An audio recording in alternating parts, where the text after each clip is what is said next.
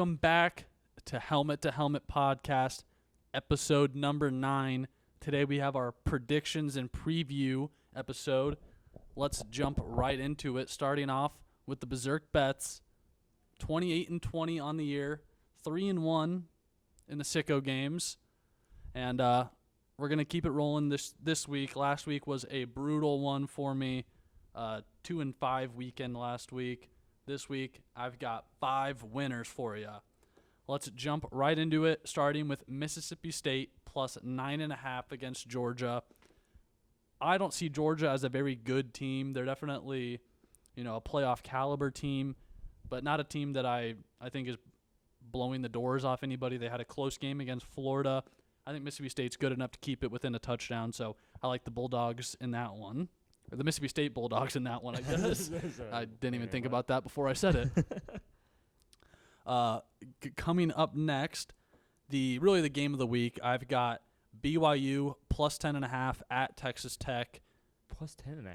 Yes, this is the exact same line as the Cincinnati-Utah game last week. So everything in my body is telling me to take Texas Tech minus 10.5, but I can't do it. I just can't do it. I can't bring myself to bet against BYU in this spot. Although for the Big 12 to get 2 teams in, they really need Texas Tech to win this game because I don't think it would hurt BYU that much if they lost a close game to Texas Tech. But I like BYU good enough to keep it within a touchdown in this game. Definitely good enough to keep it within 10 for sure. They're ranked higher than Texas Tech, be it by one, but I think still, if I had to guess why the line is like this, I would say it's probably because obviously it's a road game. And the last road game BYU played was at Iowa State, where for a majority of the game, Iowa State was in control, and Iowa State is definitely not as good as Texas Tech. So I'm guessing that's where that line is coming in from, but still does not make a whole lot of sense to me still. So yeah, I'll be riding with the Cougars on Saturday. Heading over to the Big Ten, I've got Indiana Penn State over 48.5. 49.5 now, correction. Indiana might score 49 by themselves. That's kind of what my thought process was like if Penn State scores 10 points, it's free. Because Indiana's putting up 40 on everybody. Yeah, they just whipped Maryland 55-10 or something like that. And Signetti will run up the score any chance he gets. He's not afraid to do that. I like that about him. I really like this. This probably the bet I like the most on this card is Indiana Penn State over 49.5. The only thing that scares me is if Penn State just comes out flat and doesn't score, and then it's basically all up to Indiana to get to that number. But still, I would have expected this number closer to 55, 56 points. So probably. I like that one a lot. Heading over to the SEC, back to the SEC, I've got Texas A&M minus 6.5 at Missouri. The reason I'm kind of laughing is because I take Texas A&M every week. Last week was the first week I did not take Texas A&M, I think. Every other week I've taken them, and I love these boys. Marcel Reed, still my Heisman favorite. The Texas A&M offense is insane. Missouri playing without Bo Pribula. They have the backup coming in who actually looked really good against Vanderbilt. But Texas A&M on the road, my concern is that they have not won many games by double digits. So wouldn't be the biggest shock to me if they blew it, but still have to ride with my Aggies all day. And lastly, I've got the sicko game of the week. This one might be my favorite sicko game I've given out all year. Louisiana Raging Cajuns, I've taken them once before. They're plus 2.5 against Texas State at home. I think Louisiana wins this one outright, to be honest. I'm just taking the 2.5 points for the sake of losing on a 1-point game-winning field goal or something like that. But Louisiana, love this game, love this spot for the Raging Cajuns as they look to go 4-6. But yeah, it's the Sun Belt Conference. Anything can happen on any given night. So that is going to do it for the BeZRK Bets. 28-20 on the year. Looking to go 33-20 after this week. But a couple other college games that we need to talk about that are not on the card. Oregon against Iowa. Huge game for the Hawkeyes if they want to see themselves in the playoff. They have a bad loss against Iowa State, which I can confidently say is a bad loss now. That loss has aged like milk. They did keep it close against Indiana, which is a pretty good loss. And Oregon really needs this one because they haven't really beaten anybody this year. Their one game that they had, their big game, they lost. So Oregon really needs a get-right game here. Yeah, the Penn State win is not looking any good anymore. Yep. So Yeah, line is 6.5 for Oregon. Total 40.5. Kind of like the over in this game too. Now that I'm looking at it, 40.5. Iowa scores again. Like, they're not the Iowa of the last 3 years where they score 10 points and don't score touchdowns. I mean, last week they put up 40 on Minnesota. So, you know what? No, I'm adding Oregon, Iowa over to the card. So, I just made that decision right now. Oregon, Iowa over 40.5. Add that to the card. Iowa Hawkeyes scoring points. Never thought I know, I'd see that. right? You never thought you'd see the day where Iowa would be putting up 40 points in a game. That's nuts. I will jump over quickly to the Big 12 to talk about Iowa State for 3 seconds. I'm scared that we might lose by 40 to TCU on the road. It's just not a good season of names. That's all I have. Yeah, I'm looking at a couple games. I could talk for an equal amount of time about Ohio State, but the opposite reason. We're playing Purdue. Max Clare revenge game. It. Yeah. That's it's for playing Purdue. Another game I wanted to talk about, I noticed here, is Ole Miss versus the Citadel is a diabolical game. Every single year, the Citadel plays an SEC team like week 9 or 10. It happens every year. That's going to be a sad game for the Citadel. I think it should be illegal because the SEC teams do this constantly, where they schedule FCS opponents mid-season instead of before. Instead of the beginning of the year, everybody else. The NCAA needs to ban that because it's essentially a bye week. Does anybody think that the Citadel is going to come within 20 points of this? They might not even score. Probably at all. Honestly, I mean, Trinidad Chambliss might put up 50 points in the first half. I've never been a fan of teams scheduling FCS opponents this late into the season. It's just kind of not right. And people talk about the SEC schedule versus the Big Ten schedule. At least the Big Ten, the top dog Big Ten teams, at least play other Big Ten teams that are not good. Like, we're not playing the Citadel in week 11. We had our easy. Every big team has their easy games in the beginning of the year, but come on, man, that's not cool.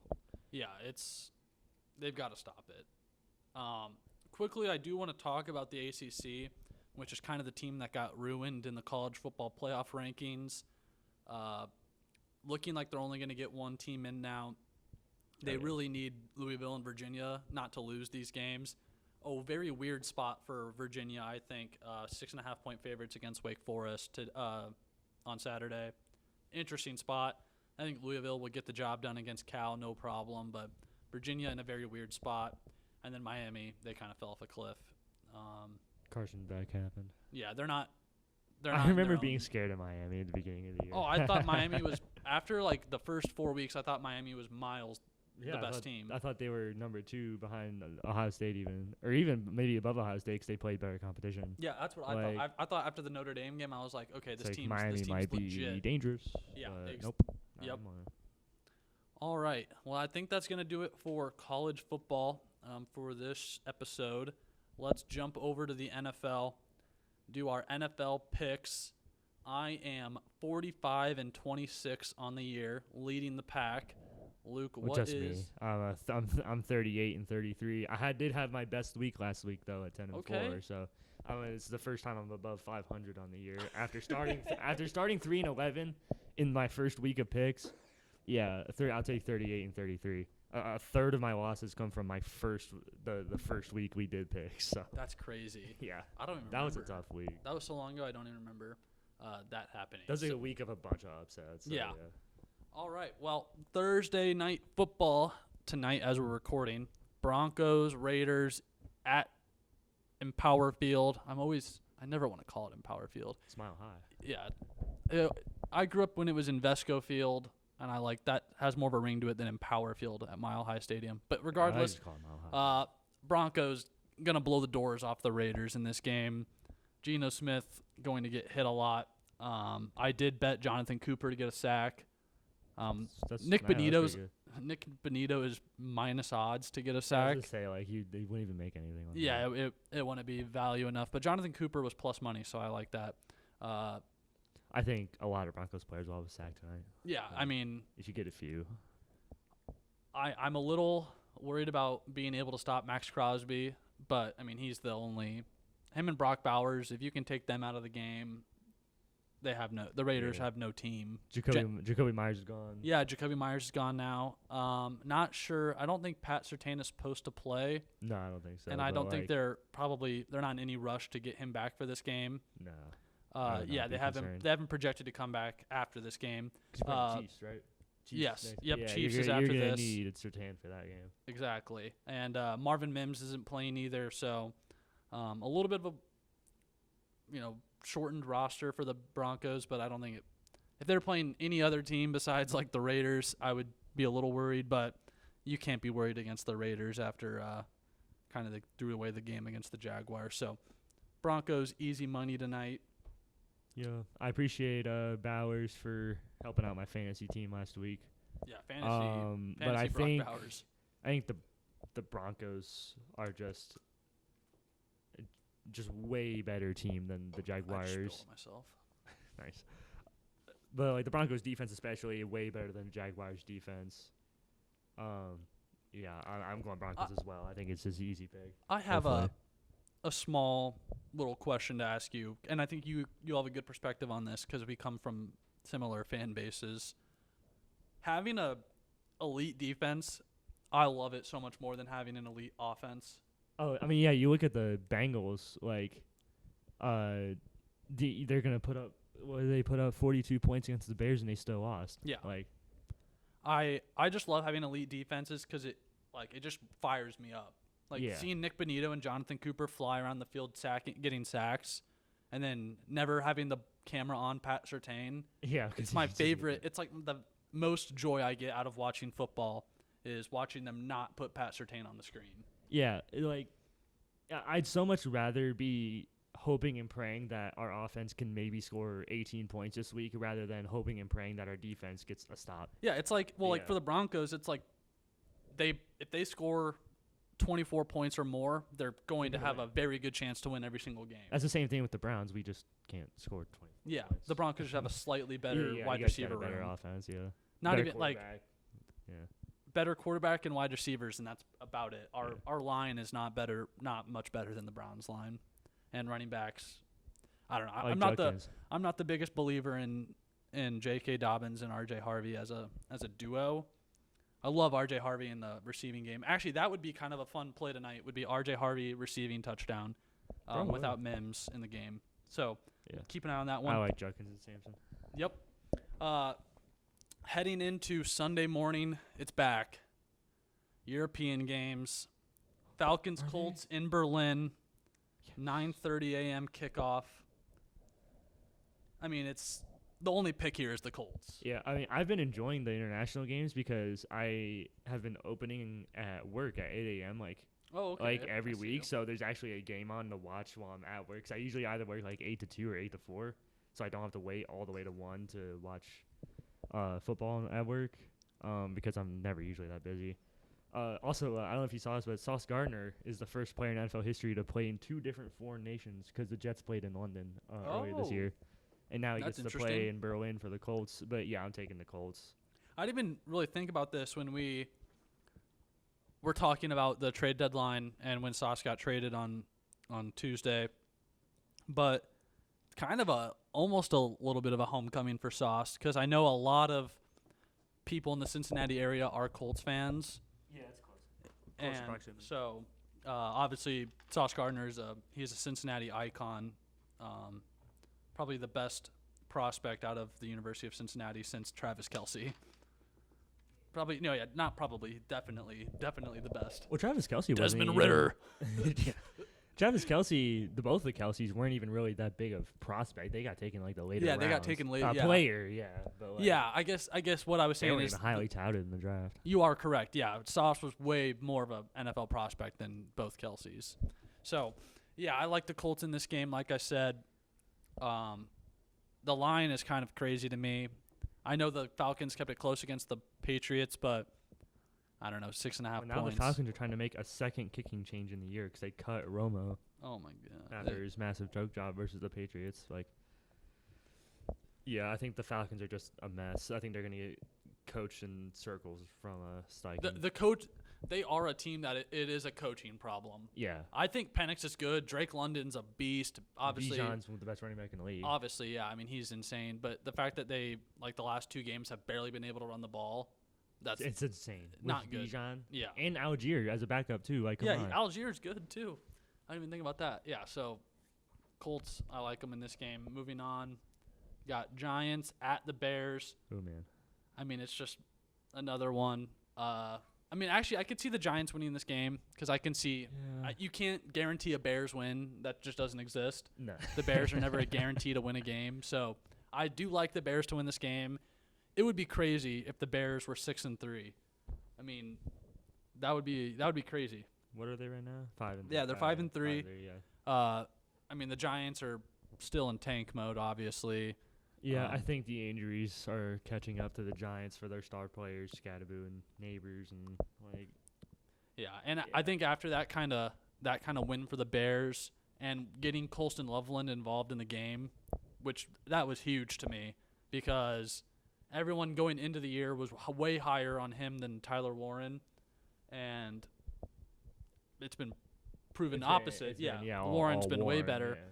Helps that the Colts offense has been insane, and they have to game plan so much to stop Jonathan Taylor. Yeah. But yeah, this Bears team, they're coming together. Kyle Monangai now is playing a lot better. Is Swift supposed to play? Yes, I believe so. Okay, yeah, then I like him easy in this game. Oh, speaking of Kyle Monangai, that's a funny story. How I fleeced my grandma in in our family fantasy football league.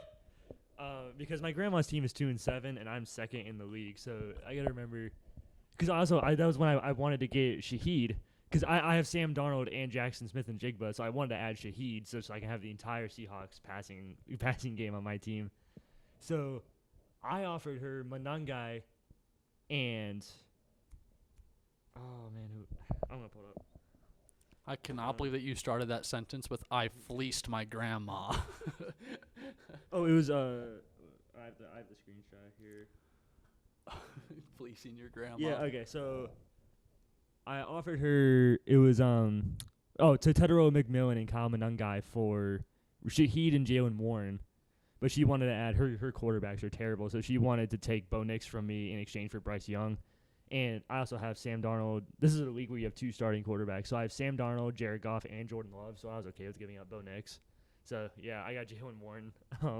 Just stole her from my grandma. I've got a real quarterback problem on my team.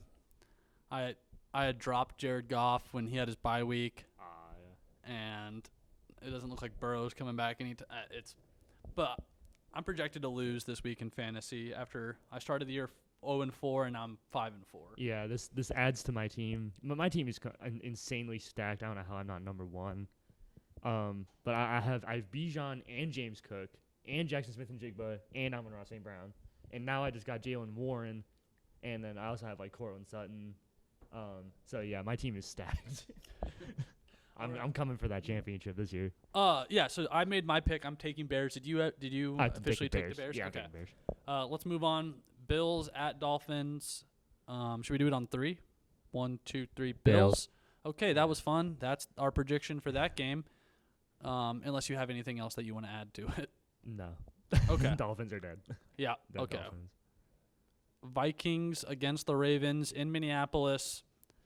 Vikings 4.5-point underdogs in this game, which is kind of weird to me. I think J.J. McCarthy is playing pretty well, but I know Lamar's back, obviously, and that's definitely a big help for the Ravens.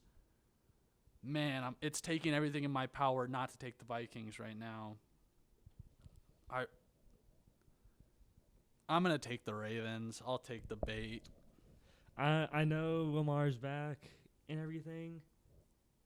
And I know I just ranted about how much I hate J.J. McCarthy in the last episode, but I think with the way he played, I think Van Ginkel back on the Vikings defense made a huge difference. And it's not like McCarthy beat up on a bad defense. The Lions' defense is solid.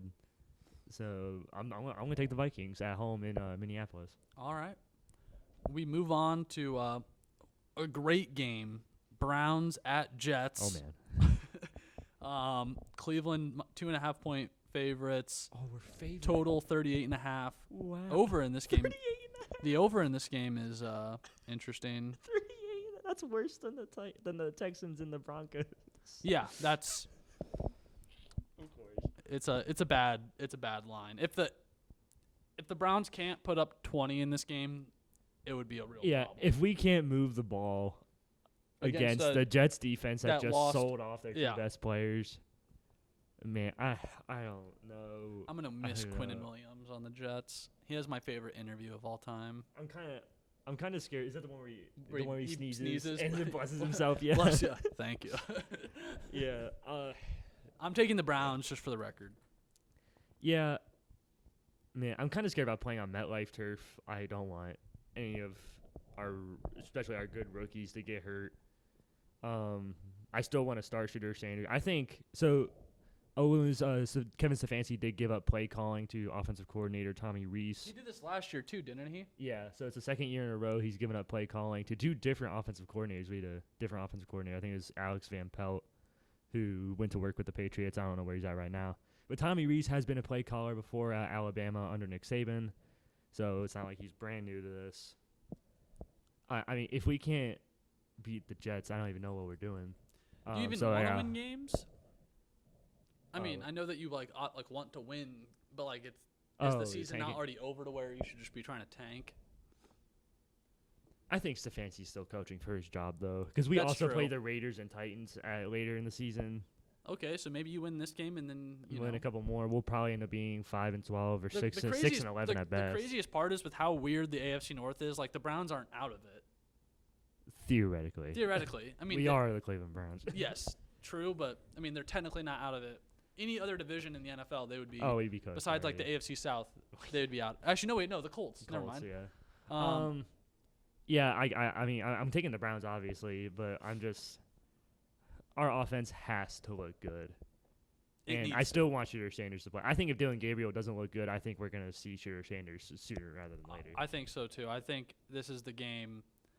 If Gabriel can't move the ball against the Jets defense now, it's kind of like, what are you not playing Shedeur for? Unless it's not his fault. Like if his receivers keep dropping balls and stuff, obviously.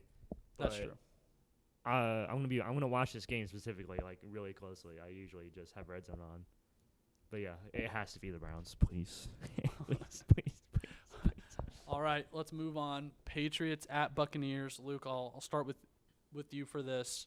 This is the hardest game to pick. Yeah, sure. At least one of the hardest games to pick this week. I think the Buccaneers are still kind of injured after Mike Evans is done for the year. I think Chris Godwin is still going to be limited if he plays. Ibuka is back, and Baker's still there, so you have that. But I think the Patriots are extremely well coached. I think Mike Vrabel is at least going to be a Coach of the Year finalist. Definitely. And I think I'm going to take the Patriots. I was going to take the Patriots, but you just gave me more confidence. I'm taking the Bucs. It's kind of why I let you start. I wanted to see what you were going to say. Yeah, I like the Bucs in this. I love Baker. And coming off a bye, I wouldn't be surprised if the Buccaneers won. But coming off a bye for the Bucs as well, I think is very beneficial. I think Bucky Irving is still out. Yeah, I don't know what's him and Godwin are questionable. And they're going to be limited if they do play. Yeah. Probably see Rashad White some more for the Buccaneers. Depends on if Christian Gonzalez plays. That'll be interesting. Yeah, he's a good corner. But yeah, moving on.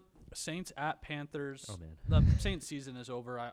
Just give me the Panthers. This might be like the one game the Panthers can win in convincing fashion. Yeah, so I'm taking Panthers. I would consider their win over the Falcons pretty convincing. Okay, well I forgot about that, but. I get you. I was just messing with you. It's their division. It's division games. Yeah. The Panthers. I mean, they win this. They're 6-4, and all of a sudden that is actually insane. How the Packers lost. And if you think about it, if the Patriots beat the Bucs are 6-3. So I mean, the Panthers. That's a tight race in NFC South. Wow. Yeah. The first tight race in a long time in that division. It's been Buccaneers since Tom went to Tampa. It's been all Bucs every year. All right. Let's move on. from the NFC South to the AFC South. Jaguars at Texans, last 1 o'clock kickoff. Similar to the Vikings, like everything is telling me to take the Jaguars, but I'm gonna take the Texans. You know CJ Stroud's out, right? He's not. Oh, okay. You rolling with General Mills. Yeah, even with Davis Mills playing, mostly because of how bad the Jags looked against the Raiders. That's true. And the Texans are a better team, even without CJ, than the Raiders, full health. That's fair enough. And at home, 37.5 total. That's lower than We're not the worst. Wow. I just saw that. Yeah, 37.5 total. Give me the over in that game, actually, too. Probably, yeah. Yeah. I think Davis Mills didn't look terrible when he's he not came bad. in. He's not too bad. He was getting the ball out quick, and that's kind of what you asked for out of your backup. Yeah, I mean, I don't have a whole lot of analysis on this game. There are two teams I don't really enjoy watching that much. No. And the Jaguars are pretty banged up at wide receiver right now, aren't they, too? Yeah, no Hunter, no Brian Thomas. It's yeah, just exactly. Jacoby Myers and Parker Washington. And no De'Ami Brown, too. It's like they have nobody at wide receiver right now. I saw an Instagram video that said Parker Washington anytime touchdown. Okay. Looking good. All right. Not that I can't give betting advice. Technically, I'm only 18, so yeah. But whatever. I think the Texans' defense. I mean, it's one of the best in the league. It's miles over the Jaguars. Yeah. But I don't like rolling with a backup quarterback, especially Davis Mills. I'm gonna go with Jaguars. All right. Cardinals at Seahawks. Jacoby Brissett, the starter now. They have listed Kyler Murray as out. I heard he put on IR. Yeah. Yeah. They put him on IR. Whether or not that's a a soft benching is left to be seen. I like the Seahawks in this. I think that they're pretty live for that -6.5 spread. I kind of like them in that on the spread as well. But yeah, give me the Seahawks over the Cardinals. Cardinals are just had a good win last week, but I think that's a can't flash get in two the in a pan, row. honestly. Yeah. I like Jacoby Brissett. Honestly, Browns legend. But the Seahawks put on a show last week. So did the Cardinals, but I think the Seahawks defense is a lot better than the Cowboys defense. Definitely. Doesn't take much to be better than the Cowboys defense last week. I mean, Kyler Murray, Battlefield 6 just dropped. Arc Raiders just dropped.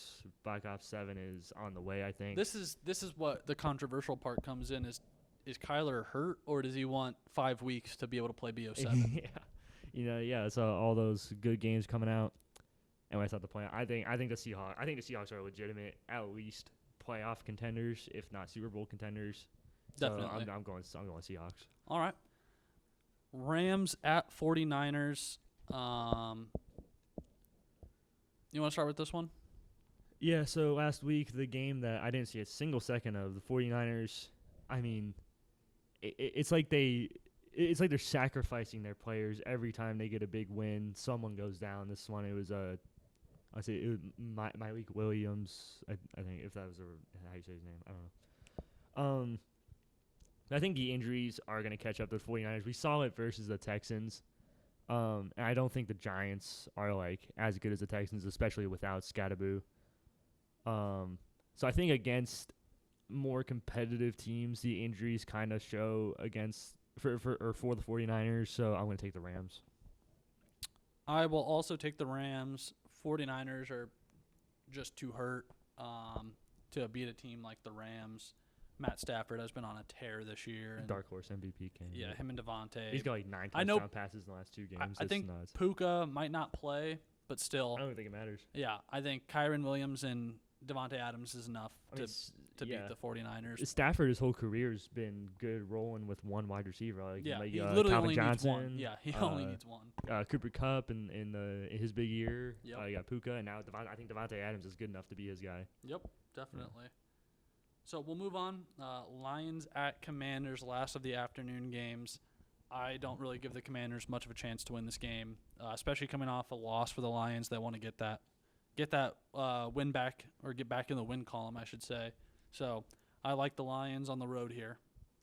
Yeah, I think Commanders are starting to give the 49ers a run for their money for first team all injury.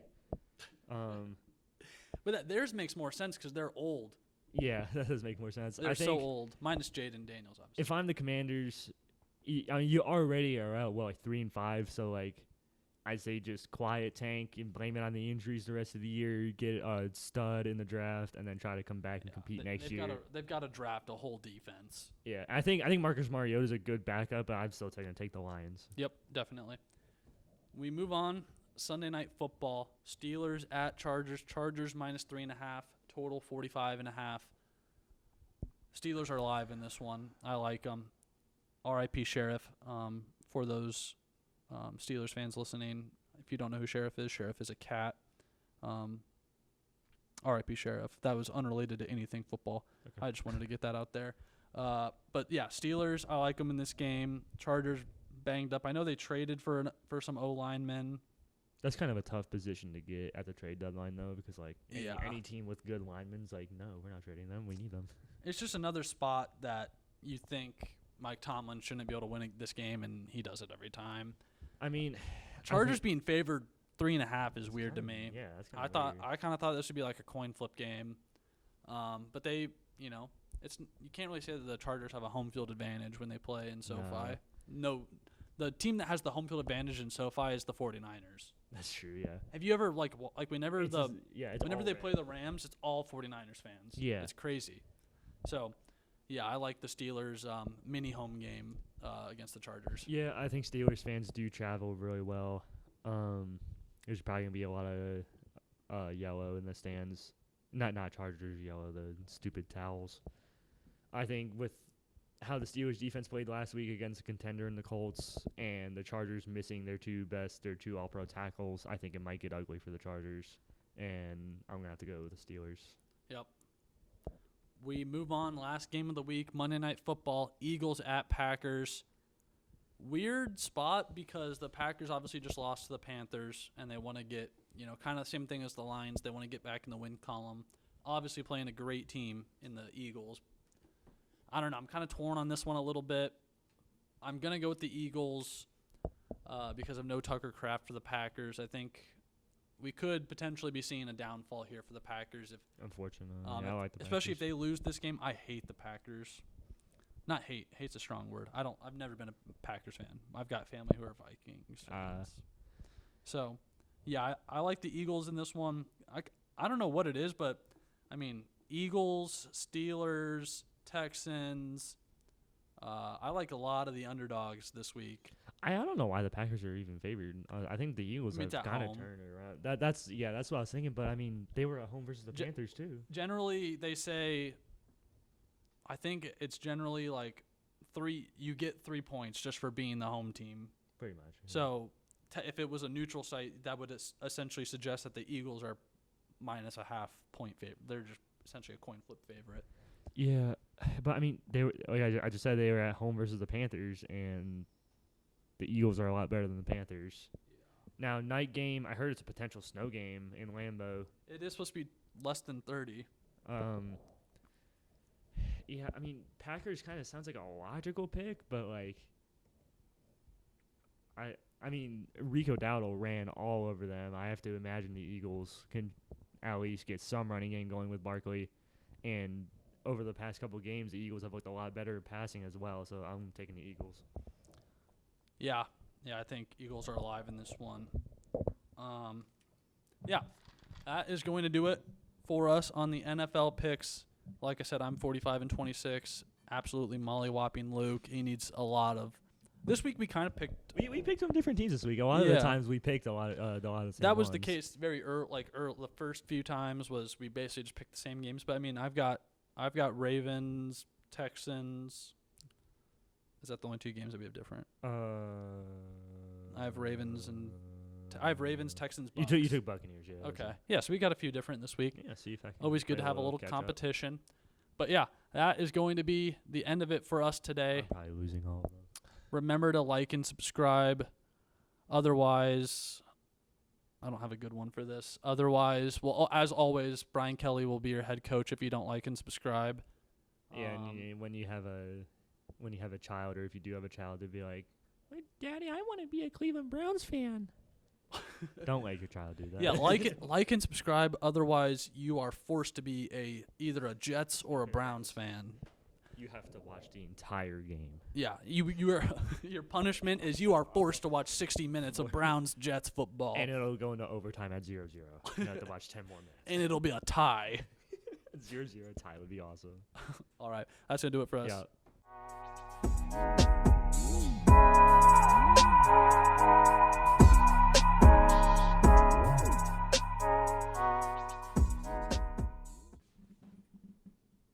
Creighton basketball is fraudulent.